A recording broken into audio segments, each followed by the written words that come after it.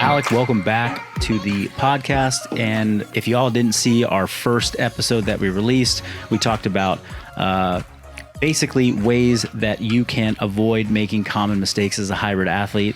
And coming from somebody who's an accomplished hybrid athlete, great lessons to be had for everybody. But you're also this very accomplished coach or experienced coach. And I know we have bonded over this commonly shared view, which we're going to dive into today, which broadly speaking, the way you use the language is anti-fragile.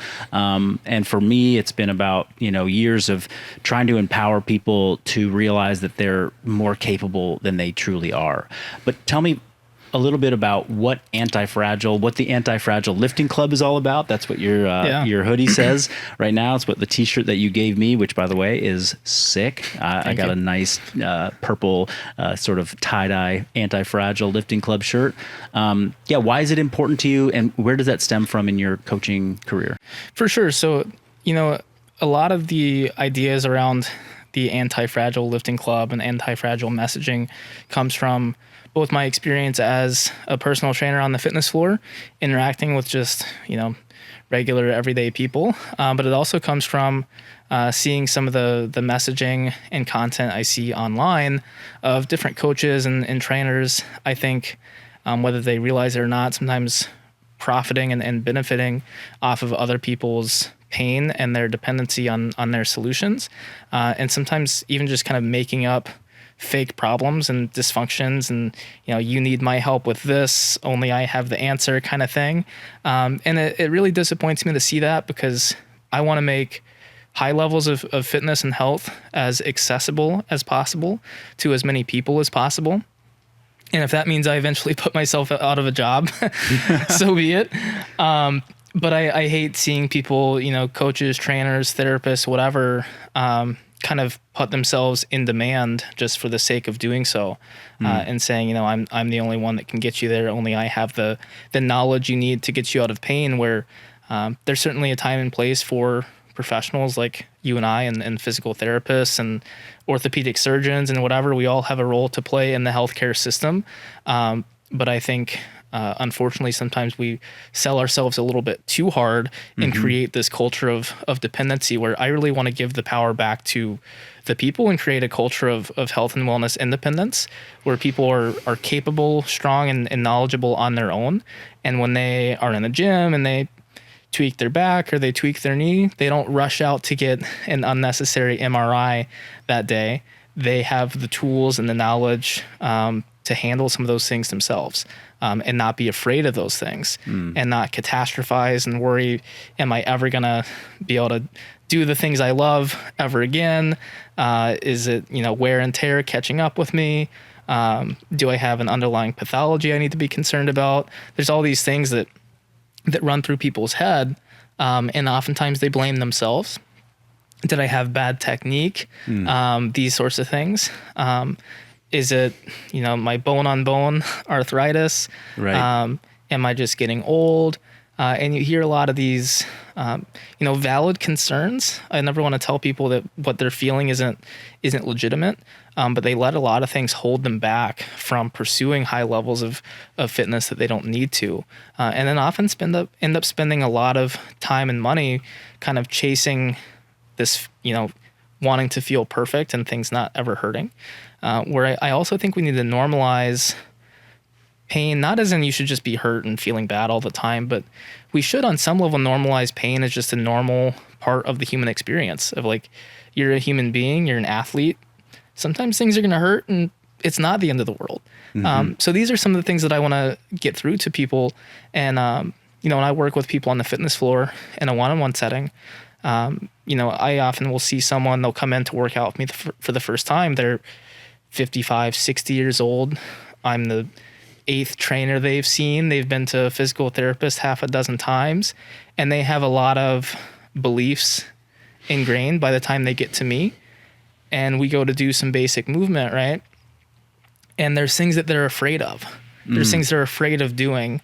They're afraid to let their knees go past their toes, right? Like, I think most people in the fitness industry know, like, it's okay. You just got to gradually build up tolerance for some of these sorts of things. But I think when someone goes into, a physical therapist or a chiropractor's office and their knee hurts, I don't think people are careful enough about the words they use, the language they use. And sometimes in the process of helping someone with a short-term problem, they have this narrative behind their treatment or their discussion with the person that leads to these long-term self-limiting beliefs, where they get someone to move a little bit differently for symptom management, but the language they use was, this is the correct way of doing something. And now people are afraid to squat with their knees going past their toes, whereas really all they did was squat a little bit differently so it didn't hurt for a while. But now they think they can't do all these things. So really the spirit of Antifragile is kind of re-educating people, and making people feel confident and in control of their bodies again, and not being afraid of things they don't need to be afraid of. I think I've seen this a lot, and I know that I have been guilty of this at times in my career too, of perhaps, and it comes, I think, when the professional has had a personal experience where, wow, I made something happened. I went through that maybe shame cycle of like, oh my gosh, I did this wrong. I'm at fault for this big obstacle that I'm facing. Now my knee is hurting because I did all these things, and therefore I want to protect somebody else against this. This is what I learned. And so I'm going to beat the drum of like, don't let your knees go past your toes because it worked for me. And now I want everyone else to be on that bandwagon. Have you ever, in your own experience as a athlete or as a coach, like, have you come across something yourself where you're like, wow, that was a big mistake. I got afraid of that thing. And then I let that become this like narrative that I'm, spewing out to my clients. And then in hindsight, maybe seeing, I didn't need to be so afraid of that for my clients. Yeah, for sure. I think it's a very common thread. And I don't think anyone's being disingenuous or trying to spread misinformation with this kind of stuff. But I think that, I don't want to use the word random, but like sometimes shit just happens. Like you're working out hard, you tweak your knee. Was it your technique? Was it you just did too much too soon? Did you sleep bad last night and you're dehydrated? Like there's so many factors that can go into pain and injury. There's genetic factors. There's kind of psychological, like expectation and beliefs that can go into it. There's structural, biomechanical factors. Just overload, like too much too soon, after too little for too long, under preparation. There's all sorts of these things that go into, having pain or having an injury. And I think that, humans are really good to a fault at finding patterns, often patterns that don't exist. So, they come into the gym and something hurts and they're like, it's cause I had this for dinner last night. It's like whenever I have, chicken Parmesan for dinner, my knee hurts. It's like, I think you made that up. But people, they come up with these things and the experience becomes real to them. And this idea of nocebo, of, the belief that something is harmful, can then have real harmful effects. And just like placebo, placebo is real. And once someone has experienced it, it's hard to talk them out of it. Sure. And so if you have the belief, for whatever reason, if it's a pattern that you kind of mistakenly noticed, if it's something that a well-meaning coach or therapist told you that wasn't 100% true, you come to believe some of these sorts of things, they can start to have real negative effects. So then, you have chicken Parmesan for dinner and your knee's going to hurt the next day because that's the pattern and that's the habit that you've created for yourself and the expectation that you now have. And it's extremely difficult to undo some of these sorts of things. I know for me, less so with injury and pain, because to be honest, I've been very fortunate to have a largely injury-free career, minus some like little aches and pains and whatnot. But it was big for me with just like training rituals. For the longest time, like if I didn't have what I wanted to have for dinner the night before, if I didn't have my pre-workout like supplement mixture at the right time, if I didn't work out like first thing in the morning, like if my workout got pushed to the afternoon, it was a disaster, right? Like I had all these sorts of kind of training rituals that like had to be perfect. And if I didn't get to do everything that I wanted to do, my workout would fall apart. I was like too dependent on these rituals. And that was kind of hard to break out of. Yeah. Of like getting myself to be able to work out without caffeine, or, you know, work out when I didn't really want to at the wrong time or something like that. Or, you know, I had a weird lunch, but oh well, I'll deal with it.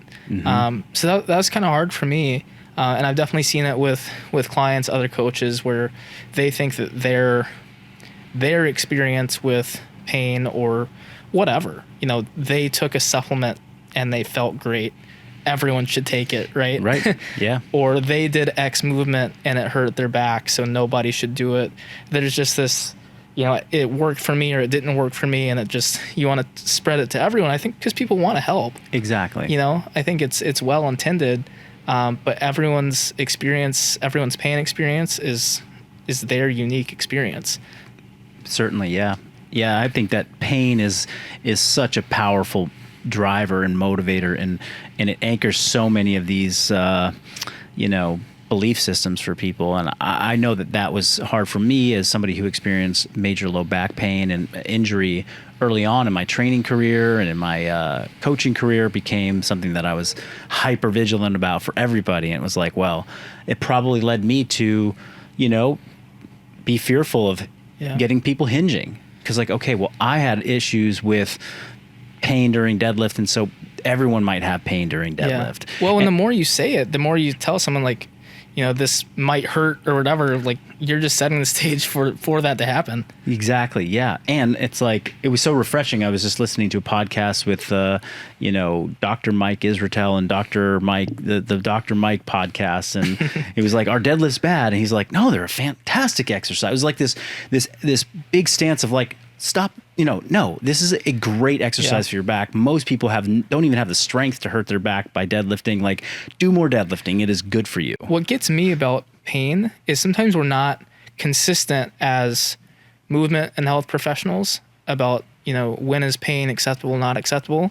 We'll tell people when they're lifting, like, if it hurts, stop. Like, pain is this major red flag, right? And then you go in for a massage for like a psoas release, and they're like, this is going to hurt like hell, you know? Yeah. And like, that's okay. Wow. You know? So it's like, is pain okay? If pain is okay from, you know, massage or manual therapy or whatever, or you go in for dry needling, they're like, brace yourself, it's gonna fucking suck. Yes, exactly. You know? Right. But then with exercise, it's like, oh, does it hurt a little bit? Like, better stop.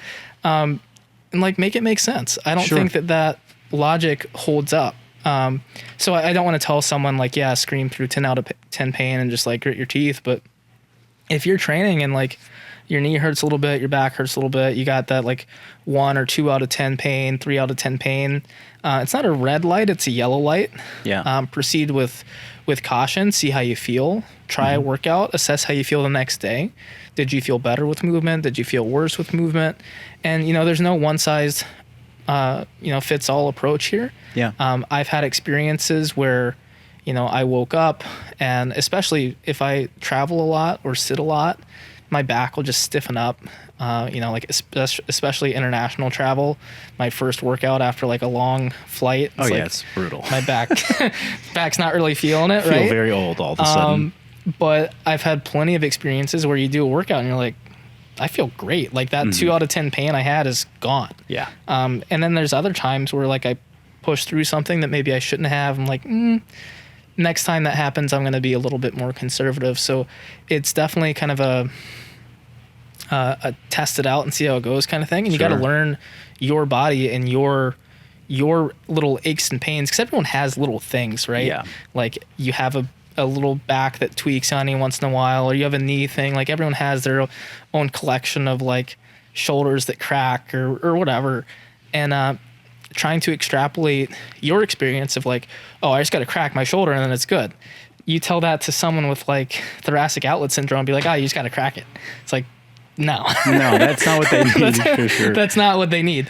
And like thinking that you always have to have the answer and that you know what somebody needs. People try to pull from their own experience of like, well, I just got to get a chiro adjustment and crack it and it feels good. you don't know if that's what someone else needs. Sure. Yeah. I see this so much in the, I know this isn't the topic of the podcast today, but this overlaps so much into the nutrition world too, where, somebody has, they draw patterns and conclusions about what is good and what's not good. And it's like, oh, I can't eat any gluten because it always gives me an issue here. Yeah. And it's like, well, the pattern was actually probably that, like, every time you were eating gluten, it was around overindulgence, like the overconsumption of calories, maybe alongside alcohol, and just that massive influx of just energy that your body's not used to led to digestive distress. And that's actually what's going on, not the fact that you had some, wheat gluten in there. Hey, this video is brought to you today by my friends at Element. Element is a tasty electrolyte mix with everything you need and nothing you don't. That means lots of salt and no sugar. Element was formulated to help anyone with their electrolyte needs and is perfectly suited to folks following keto, low carb, or paleo diets. Element contains a science-backed electrolyte ratio of 1,000 milligrams of sodium, 200 milligrams of potassium, and 60 milligrams of magnesium per packet. The perfect ratio I have found for me. What I love the most is that there's no junk, no sugar, no coloring, no artificial ingredients, no gluten, no fillers, no BS. As a member of our community, Element has a very special offer for you. You can claim your free Element sample pack simply by going over to the website drinkelement.com/MarcusPhilly to get yours. And if you're wondering what my favorite flavor is, raspberry salt mixed with some ice water is delicious. Well, true story, and it cracked me up in a kind of sad way, but I was at the gym, in the locker room, and, the old guys walking around naked in the locker room, right? And there was this guy, I don't know how old he was, but he was old, and he was jacked. Like, he was this, 70-year-old jacked dude. He's walking around, and I heard another older gentleman was like, "Man, you look great. Like, what do you do?" And the guy was like, "I cut out gluten." I was like, "You've got to be kidding me. You don't look shredded at 70 because you cut out gluten." Yeah.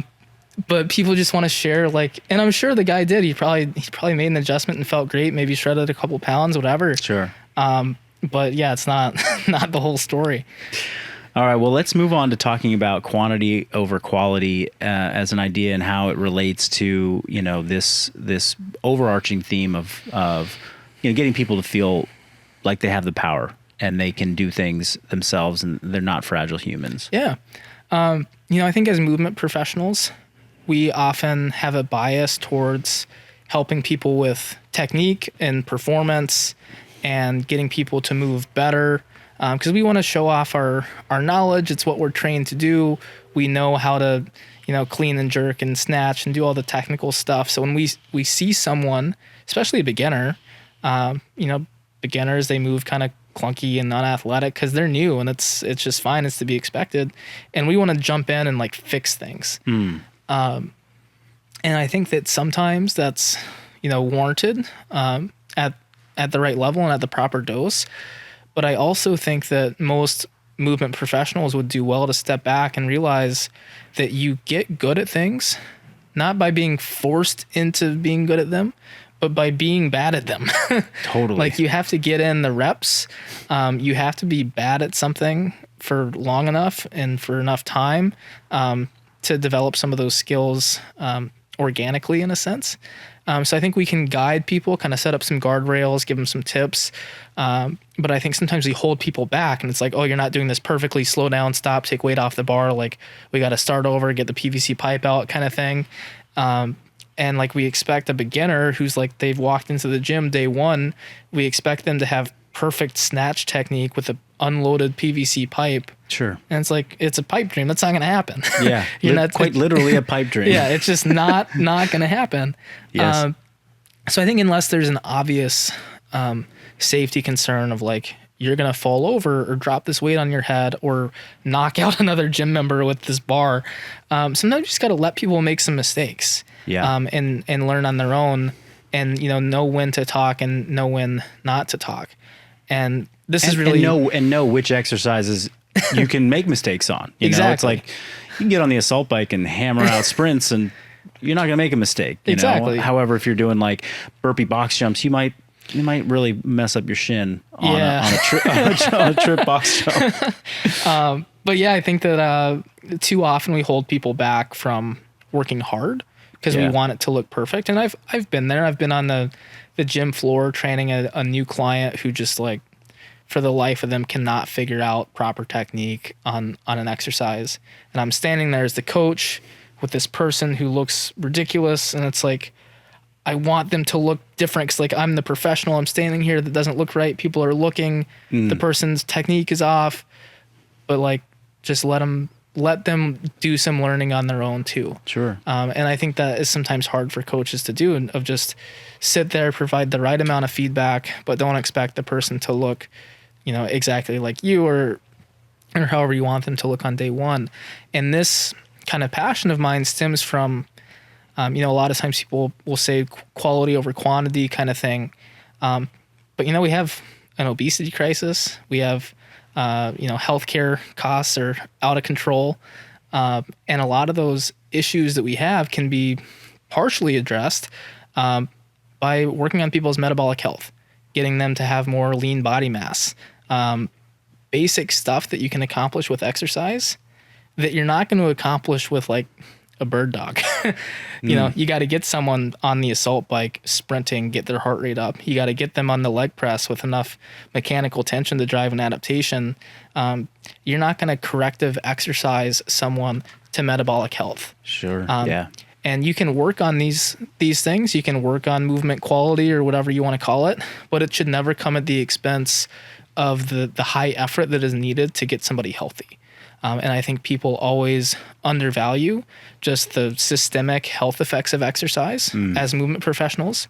And I think that should be our number one job, is work on people's metabolic health. But I think sometimes we make our number one job getting people to move in a way that's aesthetically pleasing to us. Yeah. And I love the frame that you're talking about this through, and even just addressing kind of movement professionals out there and coaches. And I hope a lot of coaches hear this.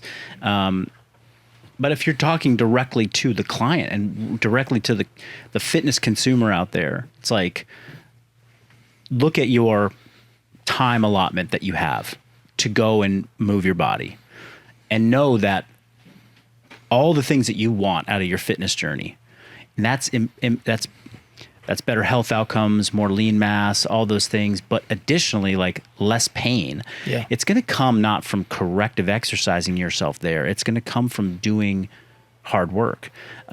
Even lifting weights hard with adequate technique has always been a better sort of physical rehabilitation process for me than doing corrective exercises. It's like a certain amount of corrective exercise, if you have the time for it, can be appropriate. But my shoulder got healthy from doing presses under a 3 out of 10 pain scale. Yeah. And progressively overloading it and giving my shoulder the physical stimulus to create an adaptation where it was like, okay, I have to get more stable in this joint. Yeah. And then the pain magically went away from just going and training. Yeah. And that idea of like, hey, I'm injured, I have to rest and I have to go do, it's like, well, no, you got to keep moving. We just find ways for you to train on top of that without making it worse. And guess what? When you're moving and you're training hard, it actually gets better. Exactly.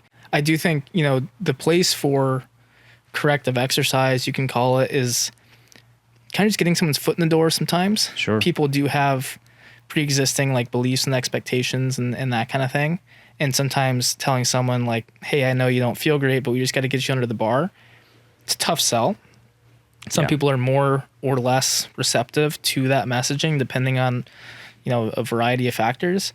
So I think we got to meet people where they're at and ask like, what are they ready, willing, and able to do?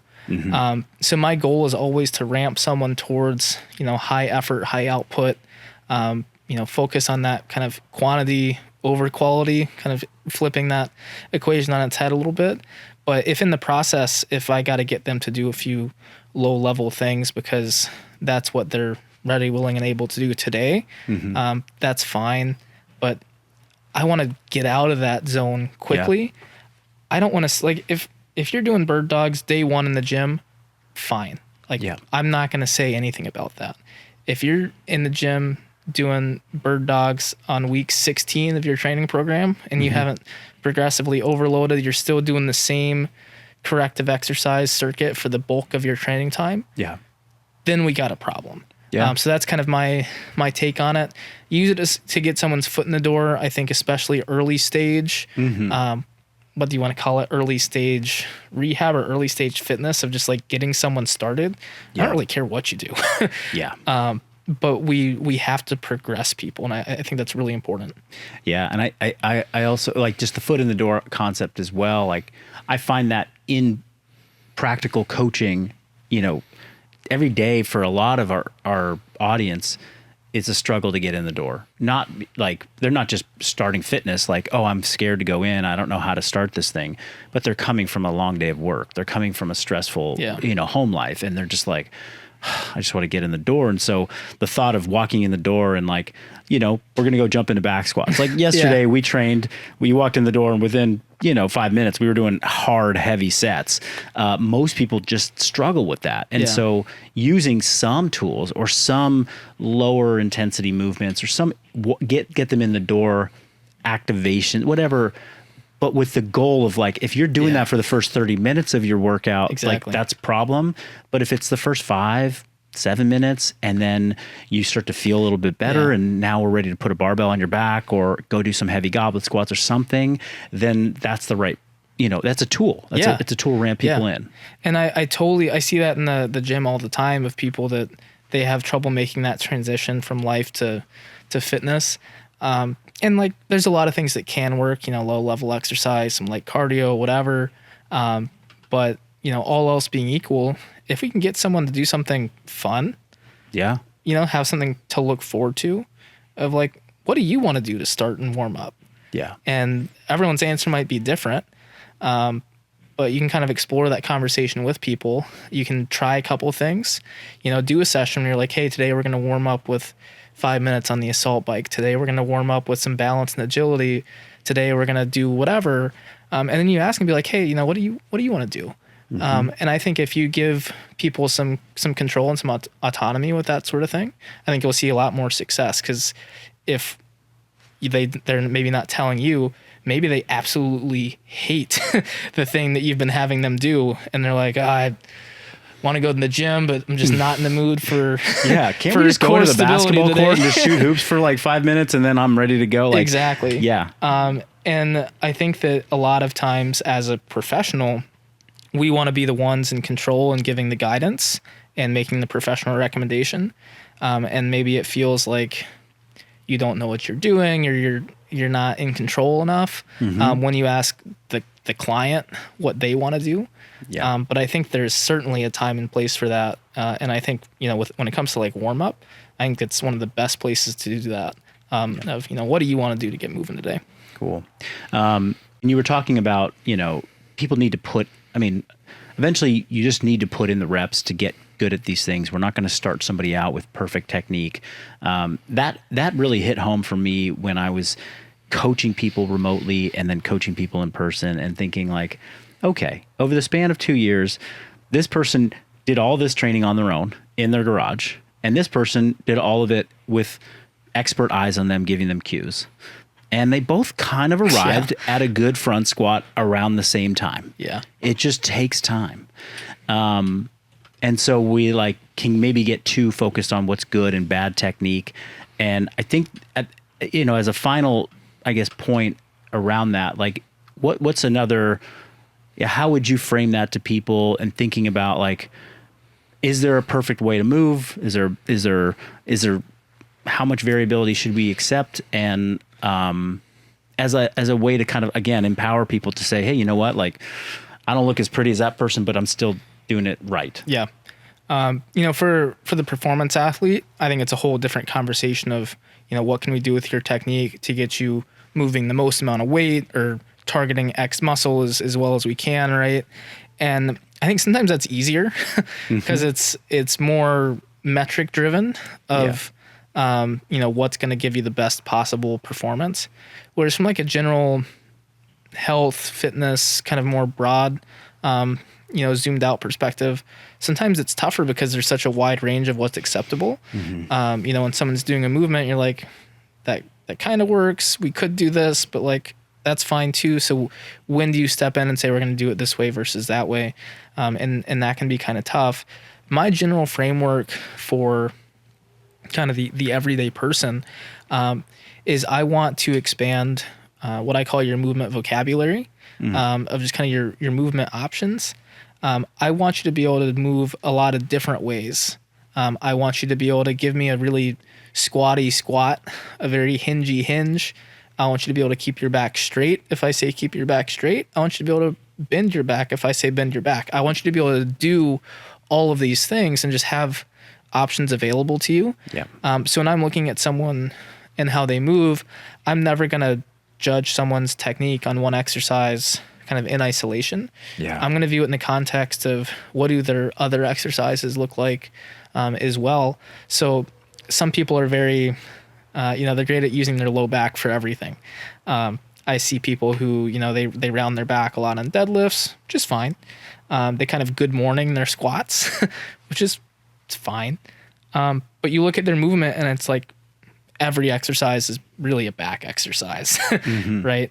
And so when I look at someone like that, if I use this kind of framework of how can we restore variability, so to speak, I'm going to want, in some cases, to cue this person, how can we get a more hip dominant or knee dominant strategy in your program somewhere?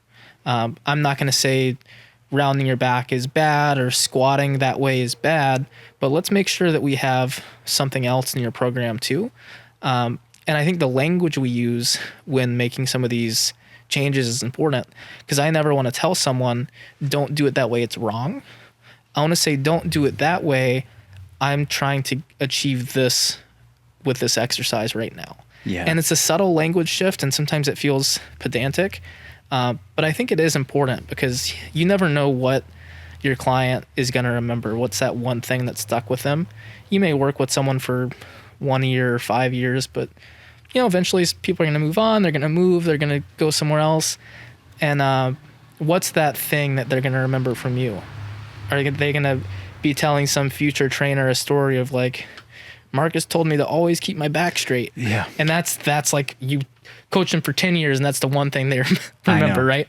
But so I think we can never be too careful about just giving people the right explanation, not necessarily the like lazy cop out, like don't do it this way, you're going to get hurt. I think that's the laziest thing you can do in coaching is just use, fear, injury as a motivator. I try to never tell people, don't do it that way, you're going to get hurt. Because that's the last thing I want someone thinking about when they're doing an exercise. I don't want them to be thinking, I don't want to get hurt. I want to use language like, this is going to help you perform your best. This is going to help us target that glute as much as possible. Whatever it is, if it's, performance driven, muscle driven, whatever, it's going to be more stable for you. It's going to feel better. But to say you're going to get hurt doing that, I just think it's the worst possible explanation. Well, again, another message that I really hope a lot of people hear. And I think for me, hearing everything you just said, and the way I can kind of pull this all together in my mind is that there's more harm in people not doing stuff and not getting in the gym and working hard than there is going in and doing the thing a little bit wrong or doing it a little imperfect or being afraid, of the injury that happened to this one person that really impacted their life. And now they're screaming from the rooftop, never to do this thing again. And so when people are listening to this, or when maybe they take one or two nuggets away from this conversation and they're like, you know what, I'm going to get in there and I'm going to work hard and I'm going to accept that I don't have to be perfect the way I move, and that the way I'm going to get better is not by overanalyzing what I'm doing today, but putting in the reps for months and months and years to come. And you'll be so shocked at how much you can change about your movement, about your resilience, about your injury prevention ability by just working really hard and being, embracing that you are not fragile. Exactly. You know, if you take one thing away from this conversation, it's not that technique doesn't matter. I don't want people just running in and start, maxing out Jefferson curls tomorrow. It's that I want people generally to move variably, explore a lot of different options, and be smart and progressive. You know, you're not going to get hurt because you did a specific technique. It's going to be because you did a specific technique after having not done that for years and years and years. Sometimes it's a self-fulfilling prophecy of people are worried that if they do X, they're going to get hurt. So they spend their whole life trying not to do X. And then one day it happens. They get hurt because they're not prepared for it. Yeah. And then they're like, see, yeah, that's what happened. So don't be afraid of these things. Just prepare for them, intelligently, methodically, start small. Train variably, train smart. Don't do too much too soon, but don't be afraid of things. Right on. Alec, where can people find you if they want to know more about your message? Find me on Instagram at Alec Blenis. Send me a message. I do Q&As in my story almost every week. Feel free to reach out there. I'd love to help you. Awesome. Thank you.